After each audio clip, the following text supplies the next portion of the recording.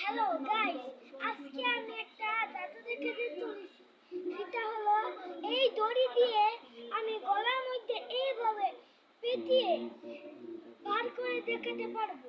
হ্যাঁ দেখো এবার হ্যাঁ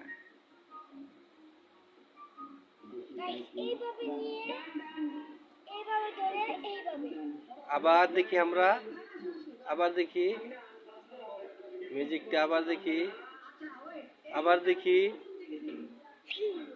হ্যাঁ হ্যালো গাইস, আজকে আমি একটা জাদু দেখাতে চলেছি। সেটা হলো এই দড়ি দিয়ে আমি গলার মধ্যে এইভাবে পেঁচিয়ে বার করে দেখাতে পারবো। হ্যাঁ দেখো এবার হ্যাঁ